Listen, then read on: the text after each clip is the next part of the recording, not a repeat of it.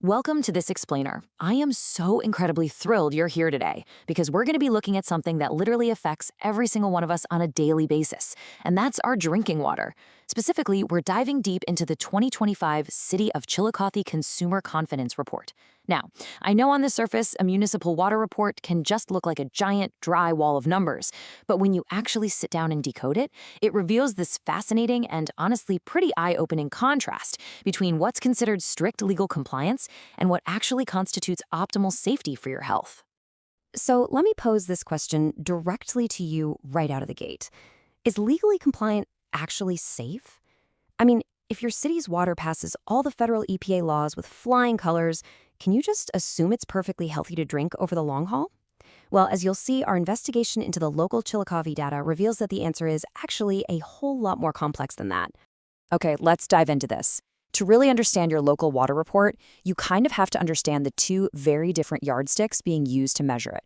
First up, we have the EPA legal limits, also known as maximum contaminant levels, or MCLs. These are the binding federal laws that a water facility absolutely must meet, period. But then, on the flip side, we have independent health benchmarks from organizations like the Environmental Working Group or updated guidelines from the CDC. These benchmarks aren't based on what's, economically feasible for a city to filter out. They are strict guidelines designed purely for optimal long-term public health.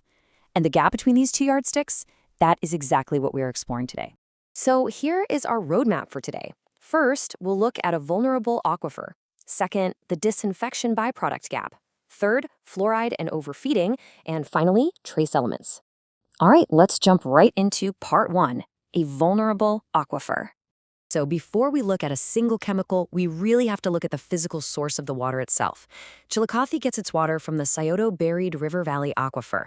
Now, the single most critical environmental detail in this entire consumer confidence report actually isn't a specific test result. It's the official source water assessment.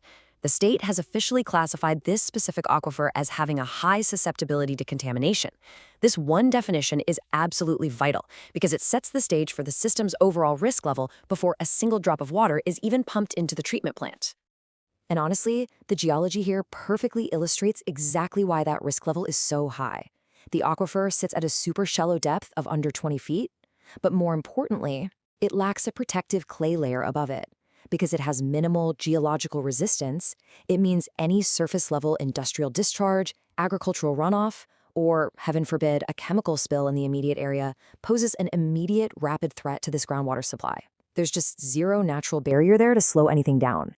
Which brings us to part two, the disinfection byproduct gap. Now that we know the raw water is vulnerable, we have to look at how it's treated. When a city adds chlorine to disinfect raw water, it reacts with a natural organic matter that's already in there, and that creates chemical byproducts. One of those byproducts is a group called total trihalomethanes, or TTHMs.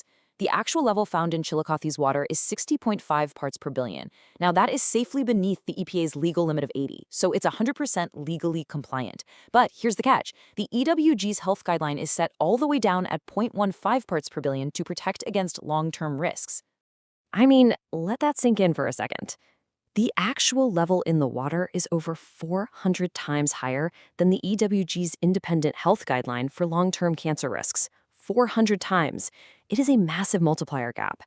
And it perfectly highlights why just looking at the quote-unquote legal EPA limit might give you a total false sense of security, and why looking at independent, peer-reviewed benchmarks paints a dramatically different picture of safety for you and your family. Let's move along, because we actually see this exact same illusion of safety with another disinfection byproduct, haloacetic acids, or HAA5. The EPA limit here is way up at 60 parts per billion. The city tested at 7.7. So again, highly compliant legally. But that strict EWG health benchmark, that's set way, way down at 0.1 parts per billion. Now, 7.7 parts per billion looks like a tiny, harmless little number on paper, right? And sure, it's perfectly legal against that EPA limit, but it is still 77 times higher than the EWG benchmark for developmental and cancer risks. It's just a staggering difference in how we measure what is actually acceptable to ingest into our bodies over a lifetime. All right, moving to part three, fluoride and overfeeding the standard. So, unlike those byproducts we just looked at, fluoride is an element that's added intentionally to the water supply. But the local dosage reveals another pretty major data discrepancy. The crucial number here is 1.11 parts per million. That's Chillicothe's current tested fluoride level in their finished drinking water. To understand if 1.1 is good or bad, we have to put it into perspective with the standards.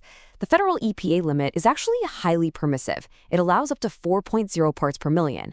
But back in 2015, major public health organizations, including the CDC and the Department of Health and Human Services, recognized a need to mitigate risks of things like dental fluorosis. So they lowered their recommended optimal level down to a strict 0.7 parts per million. Now, what's kind of wild is that the water report itself includes this quote, stating the plant feeds at the lower range of Ohio EPA requirements. And, while that statement might be technically true against outdated, broad state rules, the hard math tells us that the actual finished water at 1.11 parts per million is sitting consistently higher than modern federal public health recommendations set by the CDC. It's just another classic instance of meeting the rule but completely missing the optimal health target. Finally, let's look at part 4, trace elements on the edge. Remember that highly vulnerable, super shallow aquifer we talked about earlier? Well, here is where we investigate what actually manages to filter down into it. Now, the good news first. Barium, copper, and lead are virtually non-existent. They are well below both legal and safety margins. And honestly, that is a fantastic sign for the city's infrastructure and immediate safety. But we do need to look really closely at nitrate. What's really fascinating about nitrate's behavior in this data is the margin. The EPA allows up to 10 parts per million, and the city tested at 0.15. So legally, perfectly fine. But the EWG threshold, which warns against developmental issues from sustained exposure, is set at 0.14. Chillicothe's nitrate level of 0.15 just barely eclipses that strict EWG line. Because nitrate is commonly found in fertilizers and sewage, this clearly indicates that trace agricultural or surface runoff is, in fact, making its way right down into that shallow, vulnerable aquifer we discussed at the top of the explainer. So it all circles back to how you actually read the data. And that leaves us with this final, really vital thought to chew on. When you read your local consumer confidence water report, are you looking for legal or are you looking for safe? As we've seen today, hitting the legally compliant EPA benchmarks absolutely does not mean you are hitting the optimal benchmarks for your long-term health. I really encourage you to take this framework, go look up your own local water report, and start digging a little deeper into the actual numbers behind what comes out of your tap. Thank you so much for joining me on this explainer, and keep asking those right questions.